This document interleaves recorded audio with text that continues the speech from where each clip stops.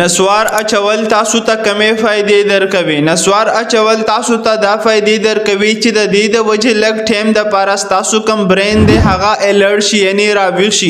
خو د هغې نه بعد د دې چې کم نقصانات دي هغه ډېر زیات خطرناک دي او په هغې کې د ټولو نه اول نقصان دا دی که چېرې نسوار ډېر ټایم دپاره یو انسان استعمالوي نو د هغې د وجې انسان ته د خولې کینسر لګېدی شي، د مرۍ کینسر لګېدی شي او د لبلبې کینسر لګېدی شي. او دویم دا چې د دې د وجې د انسان چې کومې جامې دي هغه ډېرې زیاتې کمزوري کېږي او کله چې کمزوري شي نو بیا د انسان غاښونه ډېر زیات زر غورځېږي.